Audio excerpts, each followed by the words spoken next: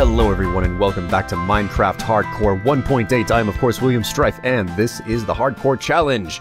If I die, the world gets deleted. Pretty simple, straightforward hardcore rules. So, last time around I went and got this wonderful square put in place, and I also went on an adventure to find myself some vines, and I picked up some dark oak tree saplings while I was out as well.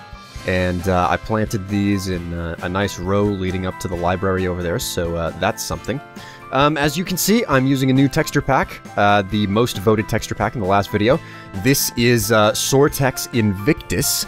Not a bad texture pack. It's kind of a spin-off or an offshot of the standard Invictus of the standard Soartex texture pack.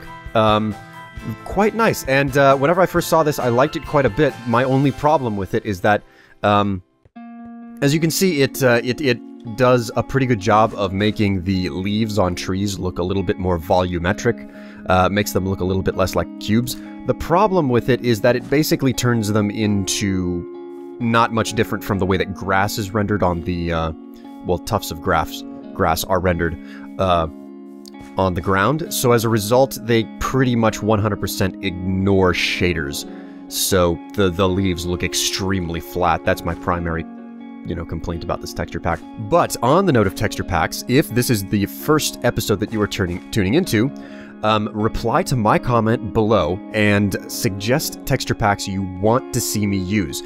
Also, please don't say the same texture pack over and over again that someone else already said. It's a lot easier for me to keep track of what texture packs you want to see if you just upvote good ideas that other people suggest. So, in the case of Invictus here, the reason why I chose it was because it got the most votes, not because people said it a whole lot, okay? So upvote good ideas, don't re-suggest the same ideas over and over. Also, don't suggest texture packs that I've already used. You should see a list on the screen right now. So, I use a texture pack once, and then I move on. So, what am I going to do this episode, guys? Well, as you can see, I've got kind of a strange layout here going. I've done plenty of block counting off camera, and it required that I move the cow pen back. But before I get to this particular building project, I want to get my hands on something completely different, and to do that, I'm going to need to go on a little bit of an adventure.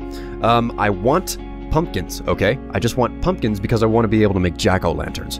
So, I'm not entirely certain which direction I should go for this stuff. I'm just going to kind of adventure off into the forest, I guess.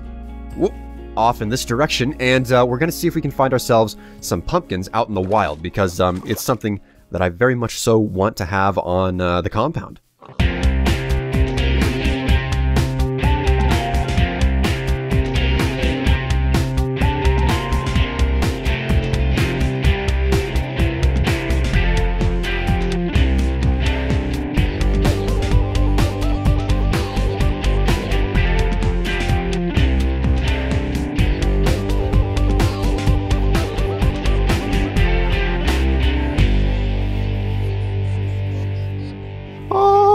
Oh my god! Oh, it's taken long enough. Oh, we got a creeper. You shall die, creepy. Stupid piece of trash. Look at this. Oh. He's got an enchanted sword. At least I thought he did. Look at this, everyone. I found pumpkins. I found pumpkins. Let's break these down with my axe. My axe that is nearly broken. My wondrous enchanted axe. I'll go ahead and break this down. Oh my god, the only thing that's going to be harder than finding this is making my way back home, because I've been really searching quite a bit to find this place. What the heck is that up there? Oh, it's just flowers. Okay. And a spider. Stupid spider. Okay. There we are. Well, with that done, I'm going to go ahead and turn around and trek back home. I think I know the direction that I need to go. Hopefully, I haven't gotten myself completely lost.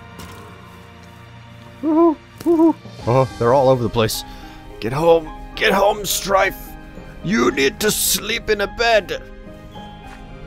Oh. The safe and well-lit compound of mine. I really do need to put a big and proper fence in. Not a small wimpy fence. Oh, okay, let's take a sleep. We'll wake up tomorrow and get the job done.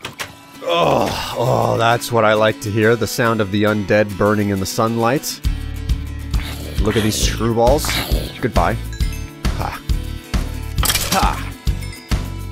Dead. Dead. And we got a zombie that burned to death in the fields over here. Not bad. Not bad at all. Okay, so, let's sort through everything that I got my hands on. All of the organic stuff, the string, the feathers, the eggs, chicken, raw flesh, bones, lilacs, put the flesh in there. And oh my god, I got a potato. I didn't even notice that until now. I'll go ahead and chuck some of this other stuff away. I'll grab my hoe, because some extra farming work is in order. Okay, so, first of all, I'll go ahead and till that. Next up, I'll go ahead and harvest up these crops. I'll plant that potato down. It's the one and only potato that I've got. So next up is to make a couple of pumpkins. With all of that done, it's time to start indulging in this week's build project, guys. The one thing that I do every single week in order to quite clearly show the progress that I make. And this week, the build project is going to be a farm, which this strange layout has a lot to do with. I'm going to go ahead and grab a bucket out of this, out of the smith here. And yeah, you can see I've got tons of bricks. In my spare time, I've been going out to the swamp and digging up clay deposits with my shovel, with Unbreaking 3 on it, and my Depth Strider boots and stuff. So I've made myself just a disproportionately insane amount of clay bricks. Because I really like brick blocks, and I don't use them enough. Okay, so to get this... to really explain the project that I'm going to be tackling this week, it has a lot to do with the fact that, one, I need a farm, and two, I've already come up with farm designs that I've done in, previous episodes, but, well, in previous series, but I wanted to make a farm that's different, and this is what you might call a diamond farm. In fact, that's probably going to be the episode name. A little bit misleading, sorry, if you feel cheated or fooled by that, but it just is what it is. But it's not a farm, it's not farming diamonds, it is a farm that is shaped like a diamond, as you can see. It's got all diagonals, and this is the actual area. As you can see, this diamond shape is the area of the dirt that is going to be tilled and whatnot. So what I need to do is come back here to, I'd say about right here will do the job, so I can just basically show you the reason why the farm is shaped the way it is. So if I go ahead and just dump a bucket of water down, it's gone and broken the grass and given me some extra seeds, which isn't too bad. But as you can see, the water, whenever it's dumped down and it doesn't have a hole to flow towards, it spreads out 100% even across the ground. And if you look at the center block here, if this is the middle, and I'll just take some torches out to help count this. So if that's the middle, you've got 1, 2, 3, 4, 5, 6, 7. Okay, so that's 7 out from the middle, and this is an odd number. So it's 7 on this side, 7 on that side, which is 14, and then 1 in the middle, which is 15. So this is a 15 by 15 space that the diamond basically covers. 1, 2, 3, 4, 5, 6, and then 7. So a 15 by 15 area. And this is critical because if you know anything about automated farms, and it's just basically a tedious process to both plant and harvest farms. So if you want to automate that in any form, you basically auto harvest, and then there's no real way to automate the planting of a farm. So you harvest with water, and then you manually replant. So this is the area that water will cover naturally, a 15 by 15 area in diagonals, which is the exact shape of this cross pattern in diamond, okay? So this is just like that. It's 1, 2, 3, 4, 5, 6, and then 7, and it's got the middle piece, okay? So it's even on all sides, and what I have to do is build up this center bit, and then proceed to build up walls around it for a canal system to catch the seeds, the seeds in wheat and croppage that it will create. And it will all come forward and be deposited on the front here. The first thing that I want to do is I want to build up the outer walls, and the outer walls need to be about 6 or so tall. So I'm going to go ahead and come in here, and the first thing I'm going to do is I'm going to collect up a bunch of these bricks, okay? Because I want a bunch of brick blocks to make up a part of the design. And then I'm going to need some stone bricks, because that's going to be part of the outer wall.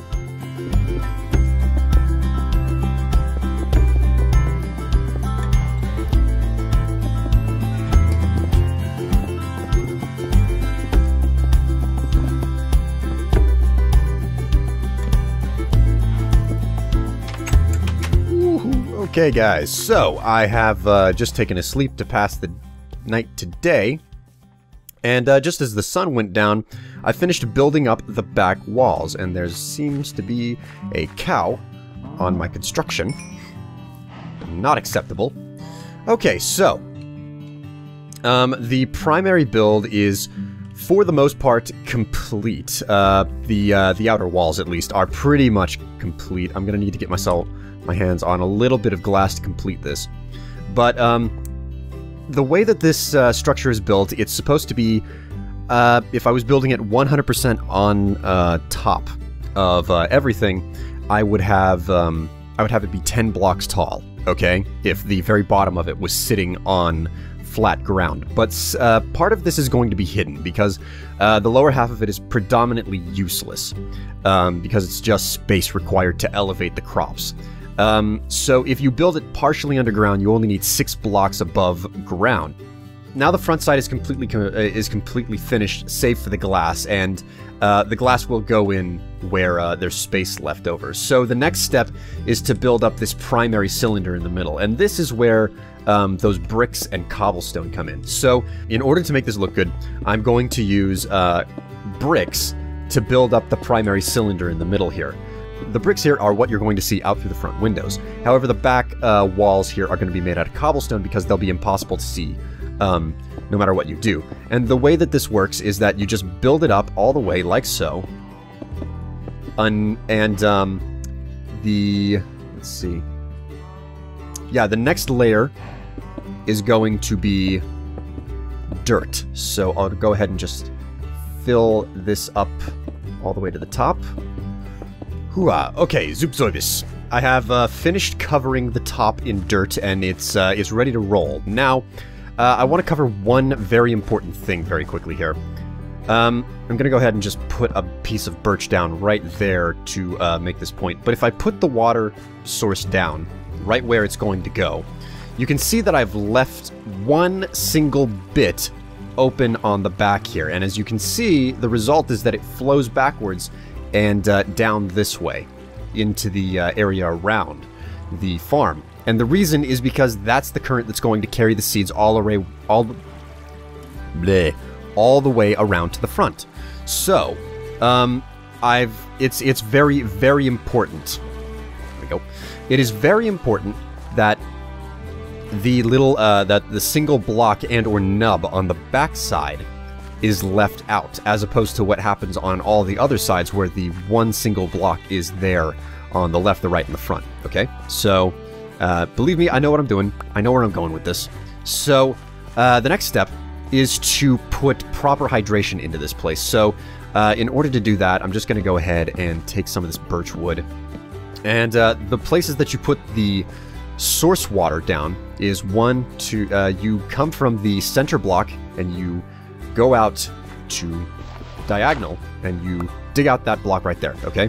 Now, that's not enough. What I also need to do is put down, well, I guess I could just show you. Basically, if I leave that hole there, whether it has water in it or not, if I come over here and grab some more water, and I'll put birch down right there, and I put the source water block down, see, it just hits that and it doesn't actually reach the edge like it is supposed to. So this completely messes the system up. Now I'm going to take that water back up. But if I cover over that empty space, whether it be full of water or not, and I put the water down then, it still works, okay? So you have to have a block of water over the hydration right there. So the way that this is going to work is that this is a perfect location for me to put light down.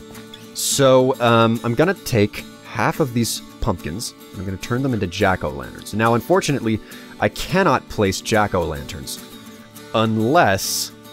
The only way you can place jack-o'-lanterns is if you put it on top of something. I'm right-clicking right now. They're not putting down. If I right-click here, I can put them down, okay?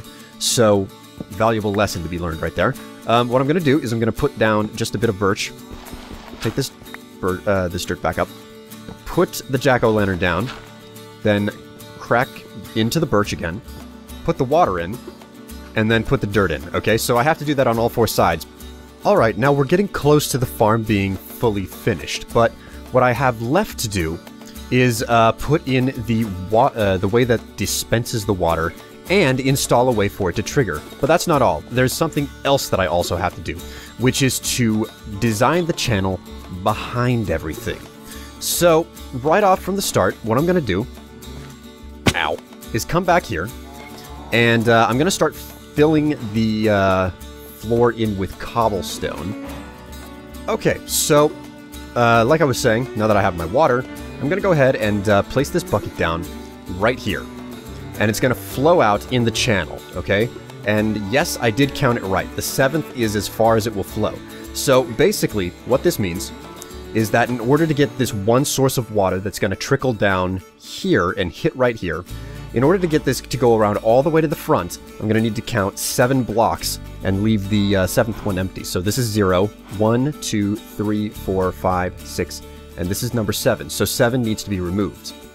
That way, it'll reach the 7th block, it'll hit this, it'll flow down, it'll replenish 0, 1, 2, 3, 4, 5, 6. So, place that right there. And I'm just going to, Okay, the trenches are pretty much dug. I've got some cleaning up to make it look more pretty.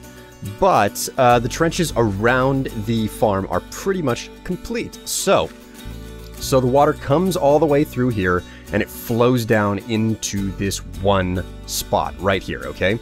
Now, this is where we start to get into the redstoning of it all. So, to do this, I'm going to need a dispenser. So, I'm going to hop right back in here and grab a couple of pieces of string. And I believe a dispenser is shaped like so. Oh, I got my redstone and my bow backward. And, this is very important. Not a dropper, which is redstone with the cobble. A dispenser, okay, which is the cobble, the bow, and the redstone. So we get a dispenser, and something else I'm going to need are 3 chests. So I'll just go ahead and make 3 chests for myself. And I'm going to need 2 hoppers. Maybe just 1 hopper, but I'm going to make 2 just to be certain. So I need at least 1 chest and at least 1 hopper. But I've made myself 2 hoppers just to be certain. So that should be everything that I need. A button, a dispenser, a chest, and at least 1 hopper. I've made 2 just to be certain. So the next step here is to come around to the farm and come up here to the field. So as you can see, I've left a bit of a hole here, but the way that this is going to work is I'm going to first fill this baby in, and I'm going to take this dispenser, and dispensers you can place to face a different direction. But here, in this case, I'm going to specifically face down and place it right there. And then I'm going to right-click and place a bucket of water in there, okay? So now all I have to do is feed a redstone signal to this dispenser, and it will put that water out, okay? And then once it puts the water out, if it gets another redstone signal, it'll pick the water back up and put it back into the bucket, okay? So that's the way that the harvesting is going to work on this farm. But how do we get a redstone signal to the middle of that thing from outside? Okay, well, this is where we're going to get into some basic redstoning. So I'm going to go ahead and take my bricks here, and I'm just going to put it like this. I'm going to beautify this a bit more, but right off from the start, what I want to do is take one of my redstone torches and place it down right there. And then I want to take this button and place it down on the other side. So I'll move this button really fast just to clearly show how this works. But whenever a torch is attached to a block, it is affected by whether or not that block gets a charge or another redstone signal. So this button will charge the block, and if I do that, it shuts the torch off. So that's a way for us to control the redstone signal going backwards. So I'm going to go ahead and just put that back on the front. And what I want this to do is feedback through a wire to about right there. And lest I be mistaken, I can remove this. And actually, I shouldn't be using that axe anymore. It's about to break, so... Okay, that'll do for now. So the next thing is to... I'm going to take some of this spruce wood, and I'm going to build a small tower up, and I'm going to place a redstone torch right there. Now, what I have, as you can hear, the water has been released, and it's now flowing down through the canals. But what I want to do is put another redstone torch right below it, there.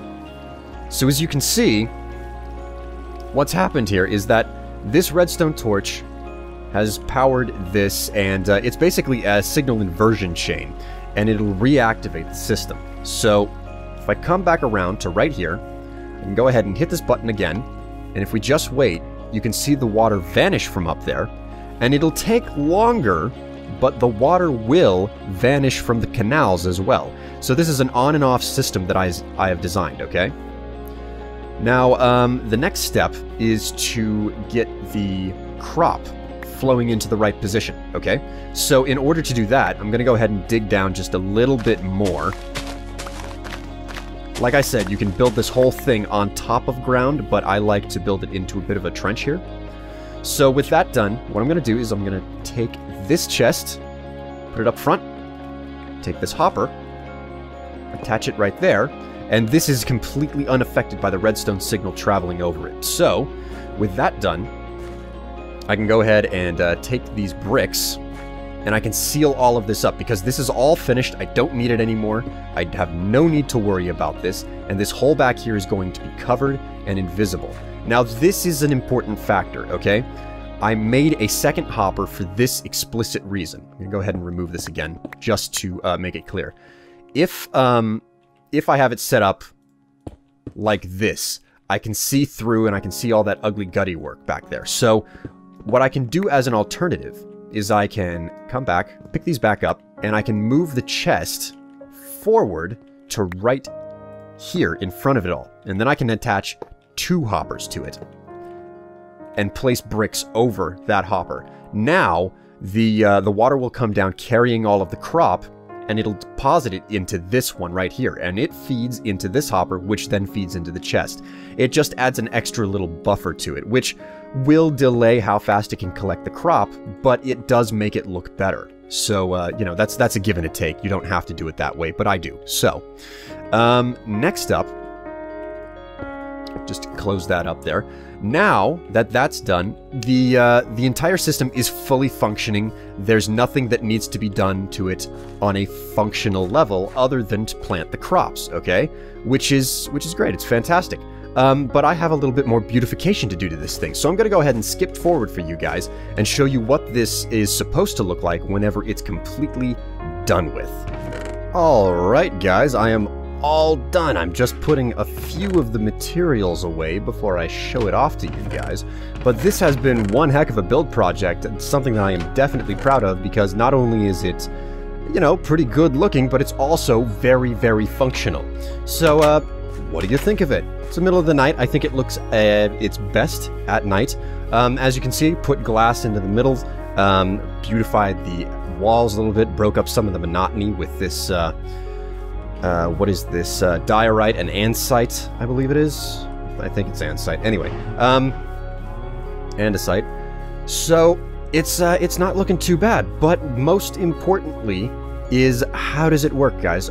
Something else that I also did was I put ladders up the front face so I can get up like so to harvest up or replant the farm fields whenever I have properly harvested. Now, none of the wheat here has been has finished growing yet, so I don't really feel all that bad for giving it a good dry run. So I'm just going to go ahead and hit that button, and we can watch this baby at work. You can see you get a little bit of fall off up at the front there, but it's not too much of a problem. And then if I come back around, I can also come up to the windows here, and I can watch crops coming down through the water, or the crops could have already all come through the water and be hitting those hoppers down at the bottom here. Yeah, see? It's coming right in. I would also be getting wheat if it wasn't for the fact that, you know, nothing grew. But with that done, I can go ahead and come back, pick those seeds up, hit the button again, the water will clear out, and I can just climb right back up these ladders and start replanting these farm fields so I can go ahead and get lots and lots of wheat, potatoes, carrots, whatever it is. So, this has been another episode of Minecraft Hardcore 1.8 with me, William Strife. I hope you guys enjoyed. Definitely one of the more unique builds that I have done. Nothing quite like what I've done thus far with just the basic buildings and whatnot, but I'm thinking that this place is, it's starting to look pretty swanky, and I'm very pleased with the way that this farm turned out. So, I hope you guys enjoyed. Be certain to like, favorite, subscribe, etc. Be certain to make suggestions for texture packs you want to see me use next time down in the comments. Upvote good ideas you like. Try not to re-suggest the same thing someone else already suggested. And also, feel free to give me suggestions about what you think I should put into the town or compound next. I've seen a lot of really good ideas in previous episodes in the comments, and I want to hear what you guys think should go here. So until next time, I'll see you guys later. Bye!